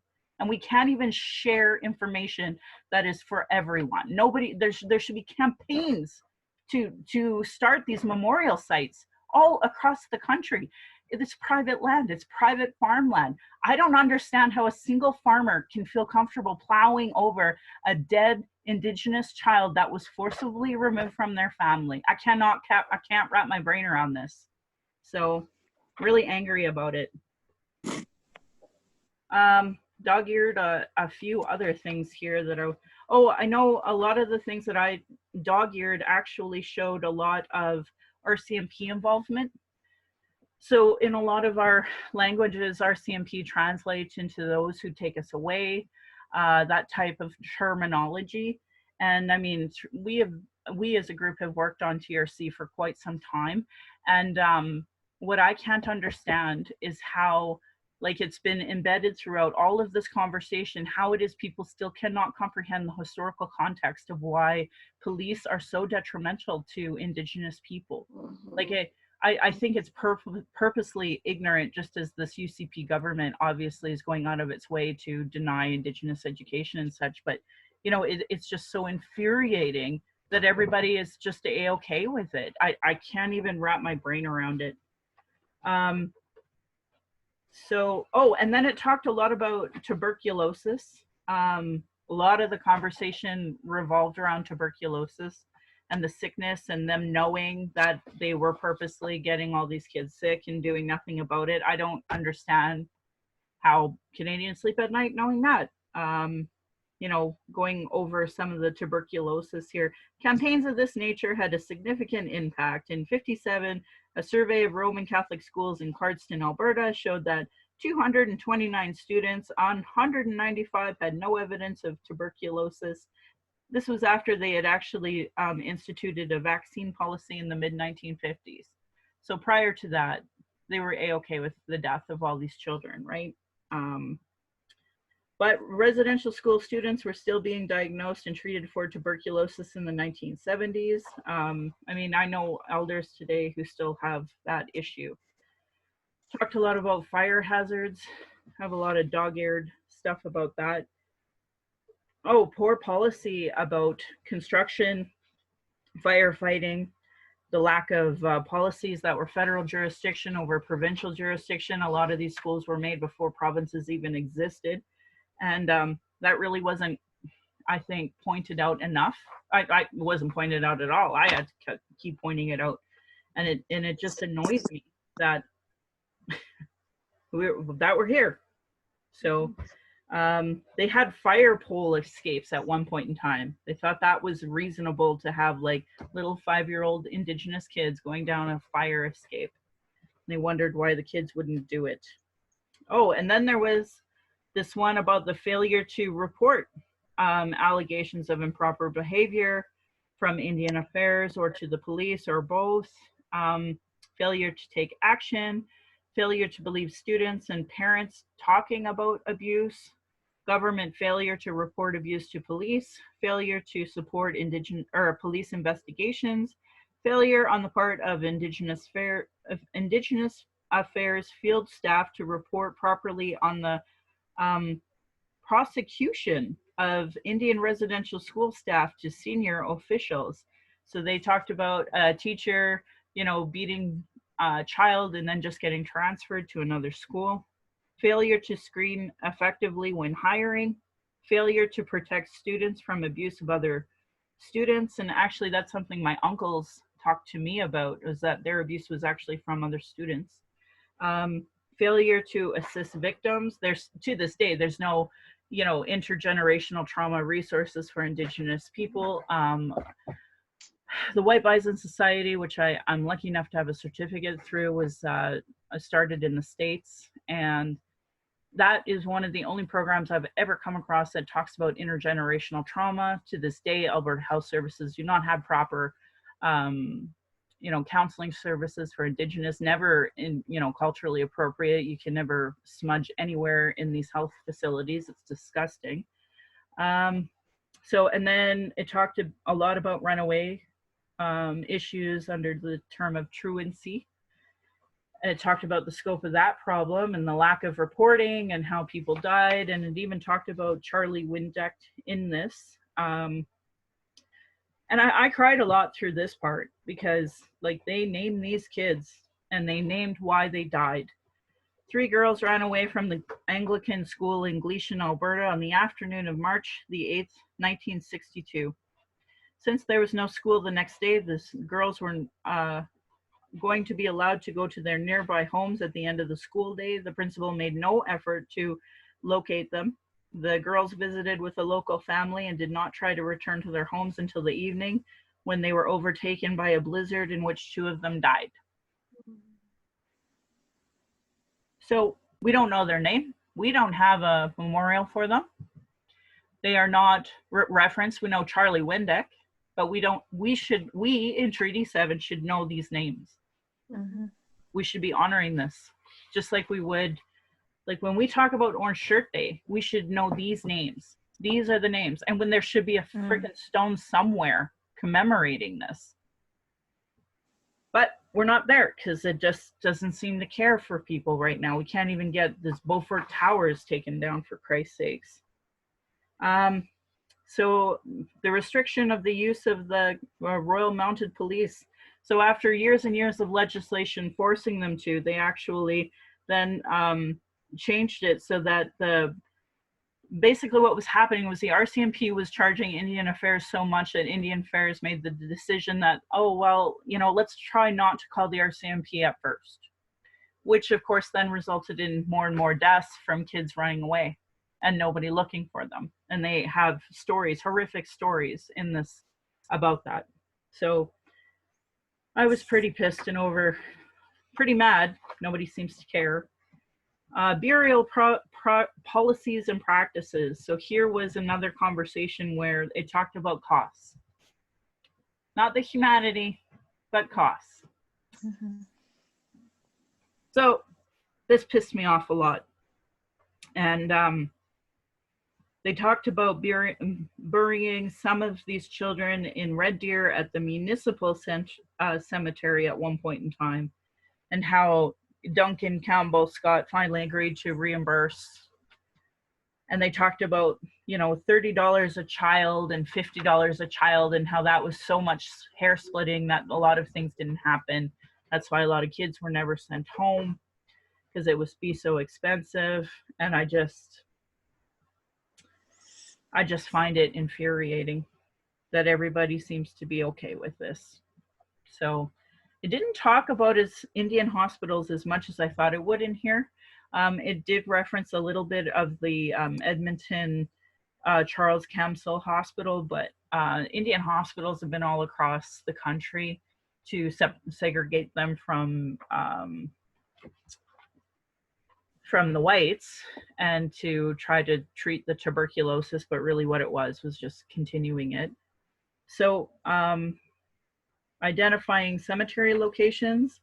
So we have lots that are just not properly marked at all. And they shifted based off of whether a school burnt down. And to this day, a lot of them are being left. So page 130 talked a bit about, you know, them just being left alone. They referenced Moose Factory First Nation, Quappel, Fort Francis. They talked about the McDougall Orphanage at Morley. And again, I don't know where those are, and we're in Treaty 7. If we don't advocate for it, then it won't get done. So we need to see it. But on the next page was the one referencing mine. At Fort Providence, Northwest Territories, the site of one of the earliest missionary residential schools in Canada. Local initiatives have led to documentation, commemoration, and protection of the Cemetery Association with the residential school and early community, which included a hospital. Community member Albert Lafferty initiated research into the cemetery in '92. He concluded that one cemetery located close to Fort Providence Residential School had been in use until 1929. That number matters to me. My grandmother was born in 1933, but her parents would have gone to that. When it was abandoned, it was used as a potato field. The remains of missionaries buried in that cemetery were relocated to a new cemetery, while the remains apparently were not relocated. There's no certainty as to how many individuals are buried in the old cemetery, which I know because I've been there, and there's a fence that very clearly there's a cross in the middle, and nobody, like, clearly they're graves, but you don't know who they are or nothing. And mine's one of the better ones. One study stated that there are approximately 150 deaths of children and adults in one Fort Providence region prior to the closure of the old cemetery in 1929. It is not known how many of those individuals were buried in the original cemetery or how many residential school students. A monument has been placed at the site. It includes the names of a few adults, but far more names of partial names of many, many children from communities running the entire length of the Mackenzie River Valley. So it actually gave some references. So I went back through those references to go to them, because this is like deeply connected to my own family. And so there's a few things I need to look up now that I didn't know about before as a result of this article. So Derek Neary, Providence Graves Located. Apparently that was published in 2003.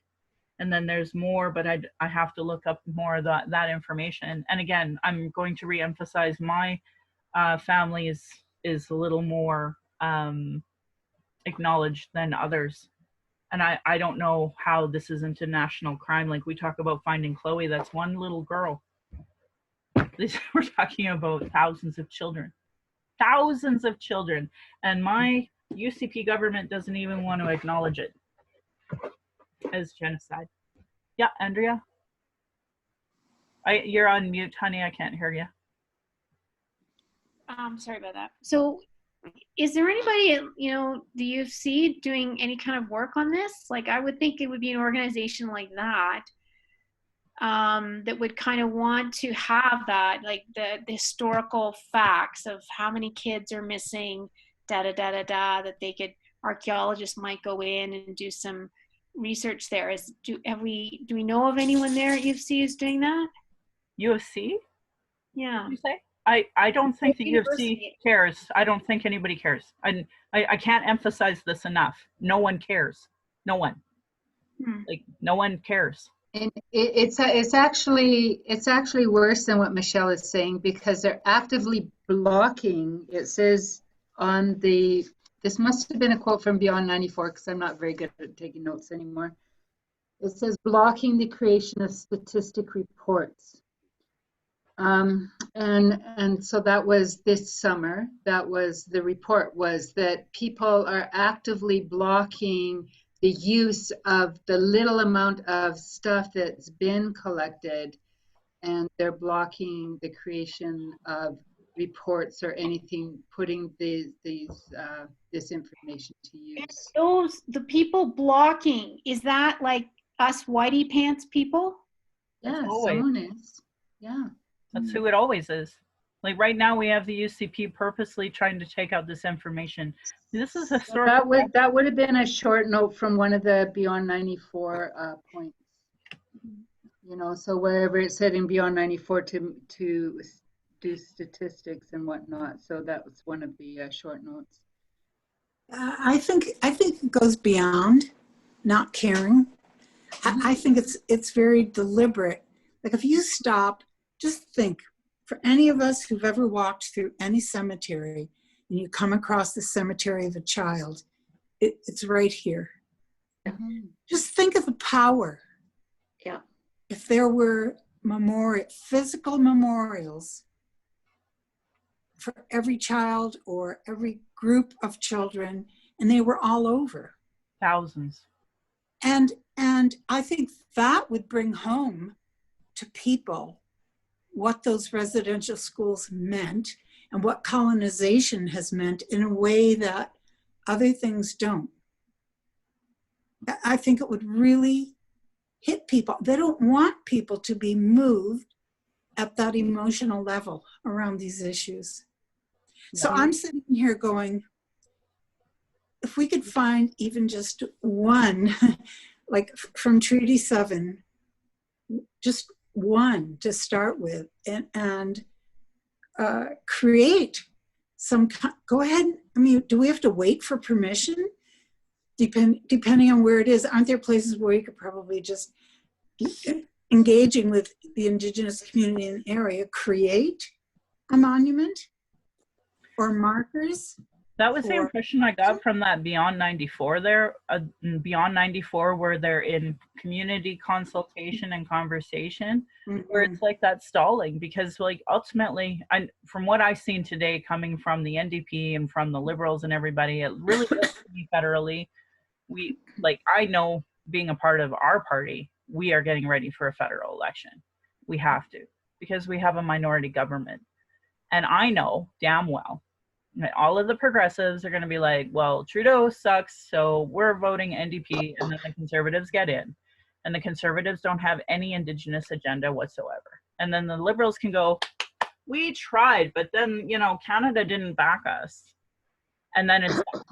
Yeah, that's exactly my frustration there. That's where we're at. So this is a federal responsibility in collaboration with provinces, treaty partners. And it's just... But why do we have to wait for the government to move on it? We shouldn't. Why can't we do it from a community level? We should. And get, you know, if we're looking for land for commemoration, I mean, maybe some people would donate it, their land or something like that. We don't have to wait for the government to give it to us. Well, the actual sites, though, is what Michelle is talking about, the actual sites. Right, and I'm thinking like we have the sites, but then, you know, we can still have signs, education, acknowledgement signs. It doesn't necessarily have to be there, but just to educate people, make them aware that in this area, know that this happened and we're responsible. Well, why don't we put up even just a plywood memorial down at the Fort Calgary site beside this statue that negates anything ever being here, right? You know, something like that. Like if we're just going to do a community, we're going to do it community style. You know, we could get an artist involved, or we could just print some words on plywood, have a memorial, call the sprawl paper. I mean, that's the only thing I can envision. Andrea, it said in my notes as well that the First Nations Studies Department at the Vancouver Island University. You're cutting out there, Heather. Sorry. The First Nations Studies Department at Vancouver Island University, and I've never heard of that. Vancouver Island University. Capilano? Is that Capilano U? Was it Capilano College before? Oh, Could be. I wonder. Okay, anyways, that's a First Nations Studies Department. And then there's Athabasca University as First Nations Studies. Okay, I commit to talking to Adrian Wolfleg and someone else I know who has very good connections and relationships with members of the Blackfoot community to find out where they might want something done as a community effort. We can do it, and we can do it as the book club and invite other people in and then use it to encourage other people to do others. We should be embarrassing the government by just doing it. So I commit to doing that. And I'll let you all know through Michelle what kind of a response I get. Do you guys want to start up a Facebook group and a Facebook page? Because I was just gonna say, Michelle, that if we had we shared emails or something, then we could all kind of be chit-chatting and bringing each other up to speed on where we're at. I hate too many emails, and especially if it's not productive. At least that's what Facebook is good for when it comes to, like, you know, and stuff like perfect that. Too. But that's I don't, perfect. So like, throw your emails in, no problem. Throw your emails in the chat if you want to be included. And but at the same time, can I encourage like a Facebook group? Is that acceptable, or do you prefer a WhatsApp group? It's just, I mean, I know all of you are active in some way, so sometimes the messages can get overwhelming. So, well, what would work for everybody? Do you want to do like a Facebook group? Are we more familiar with that? People can do it, but I will be needing one person I get my information to put it on, because I don't do Facebook. Okay, and I know, Michelle, I don't know if you want to do it. I'm happy to take that on to kind of manage that. how about I create one, or you create one, and we'll just make each other like co-hosts or whatever. And then but too, if people do want to put in their email, please put in their email, and we'll start that as well, so that I can email you the link that we're referencing, so that you can send it out to your email folks.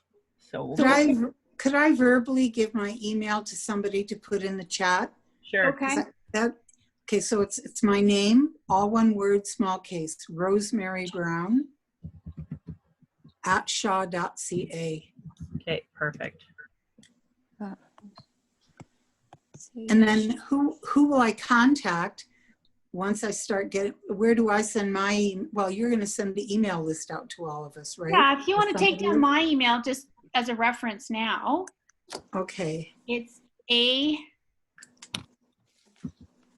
Yeah. AF Joyce, JOYCE @gmail.com. And that's Andrea. Correct. You're Andrea, right? Yeah. Okay, so A is in Apple, F is in Fred, Joyce at gmail.com. You got it. Thank you. Okay. So I think, yeah, if we can just find that forum where we can share information, talk as a group, then I think we can start to crack this one, because it's absolutely not okay. No, it's disgusting and embarrassing, and I can't even encapsulate how angry I am at it. It is 8:31, so I respect and appreciate everybody being a part of this conversation. My apologies for all the F-bombs, but I think if there's something we should be F-bombing about, it should definitely be this. I can't believe it. So if you're welcome to go, I'll understand if you need to, but if you'd like to have some closing thoughts, I encourage that.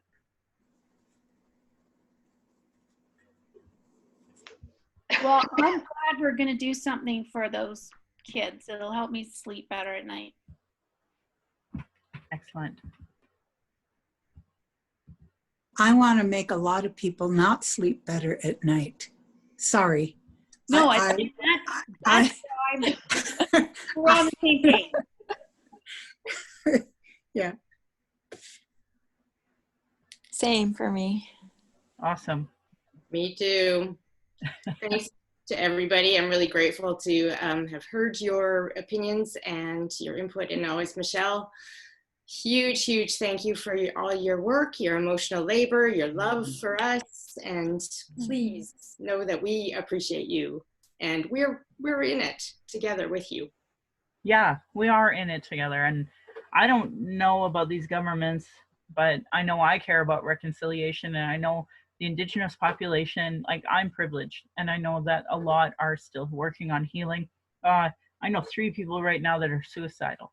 You know, I can't emphasize enough, we are living a genocide, and we need settlers to step up. So I'll create this right now, send you guys an email, and we'll go from there, and hopefully we can start even emailing each other and campaigning to get that done, and you know, forcing all these stupid political parties who just don't get it to get it.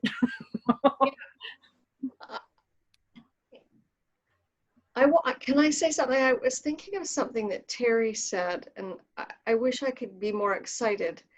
But Terry mentioned the word gaslighting. And Carol and I have been talking a lot about narcissistic systems. And I'm seeing the colonizing system as a narcissistic system. And I don't know if there is, and this feels very depressing. I don't know if there's any way, because the thing about narcissistic systems is the biggest thing is lack of empathy. The second is gaslighting, projection, denial. I don't know that you can do anything to make people, I mean, that sounds so defeatist, I'm sorry, but I agree with Rosemary that you have to get, yeah, I don't know. I don't know how you get people in narcissistic systems to care or to see it, not even care, but see other people's reality. And that's the thing that is happening, I think, is these kids don't have a reality. The people don't exist. So I don't know. One of the things is, Roberta, is to really focus your goals and to open one person's eyes maybe, but to change the system right away by pushing back cannot be our goal, right? But to get the people at Sprawl to write an article, to keep it out there, right? You know, so we have to make sure that our goals, because you're right, we're not going to change. Those people with their eyes closed walking around up here justifying what they've done and what's been done and where we're at, we're not going to change their minds. But we can still have a goal of pushing back and not holding on to it ourselves. Right. Does that make sense to you? Yeah, that makes sense. Okay. Yeah. Yeah. Thank you. Folks, I was wondering if you wanted to take a picture. So I'll do a screenshot, and those who don't want to be in it, you can turn off your video. And Terry, I don't know if you want to come on for that picture or if you're okay with. I don't have a camera, so. Okay. You That's don't mind where me I'm at. taking a picture though of your hands? Let me see if I can find a different. Let's do this one. They are beautiful hands. Oh, there we go. That's perfect. Okay. So I'm going to take a picture if everybody's good in 3, 2. Okay. I think I got a picture. Okay. We'll put it in there. Gotcha. The founding group of, I don't know, Anti-Narcissist Society. I don't know what to call it. I'd be up for that. We'll discuss it about, we'll figure it out. Well, yeah. I think something as simple as remember the children, or, Yeah. you know. Well, it can we be do, really if simple. we're doing Orange Shirt Day every year, we could, that seems like we could also do this at the same time. Little kids could fundraise for this, Yeah. to do something concrete, like, I don't know, I'm just throwing out ideas, I don't know, but I think and it's we brilliant. need like a graphic, we need ad people. Does anyone know any ad people who like design campaigns, social media campaigns, things like that? Yeah, I To- think between Michelle and I, we can Yeah. probably do that. Anyway, I'm just throwing out things that I'm like, Well, maybe what we'll do is we'll plan a strategic planning meeting and have a conversation about what do memorials look like, because Yes. you know, obviously it's bigger than a 2-hour conversation of not debunking, reflecting on volume 4. I mean, it's a lot. yeah, Just the book, let alone the subject, let alone the solutions. And Yeah. our inept governments obviously are not moving forward quick enough for my liking. And, you know, I don't want my child to have to be fundraising for it, but apparently that's where we're at. So And I think it would be good. only white children will fundraise. Yeah.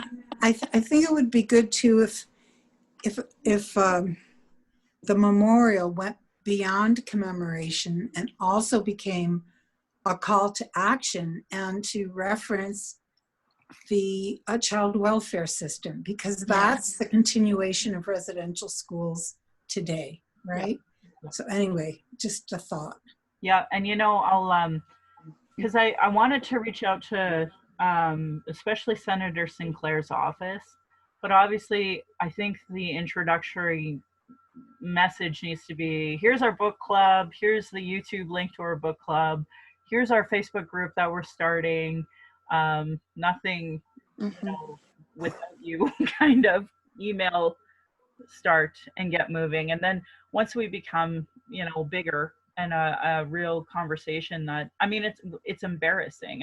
There's no talking point for this that you can screw up that's not embarrassing for every government and every Canadian, I think. So anyway, thanks everybody for joining us. We're way over time. Thank you. Yeah.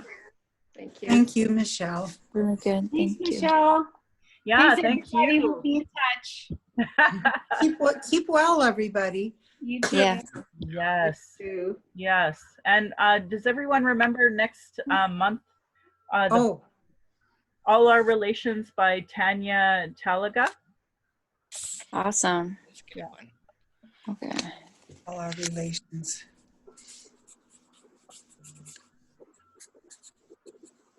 How do you spell her last name again? Talaga. Right. We've read something by her before. Yeah. Yes. Was she Seven Fallen Feathers? Yes. Okay, great. Thank you. Yes. I think this was one you had wanted, that you'd suggested. It's going to be a great book. I don't think I own it yet. I think I have to buy it. Okay. Is Okay. this the one? Thanks, Terry. Yes, the link. thanks, Terry. Yes. Where's Terry? There's Terry. I'm Oh, just hi. pointing at the screen. I can't see well, Terry, so I don't know where people are. Okay. Mhm. Take care, Awesome. everybody. Bye, Thanks, everyone. Everybody. See you Bye-bye. again. Take care. Bye. Such a good group. Very. I'll copy all of that. Hi. Thanks, Terry, for coming. Yeah, I just wanted to say thank you and make sure you take care of yourself tonight so you can actually sleep. I don't know what that looks like.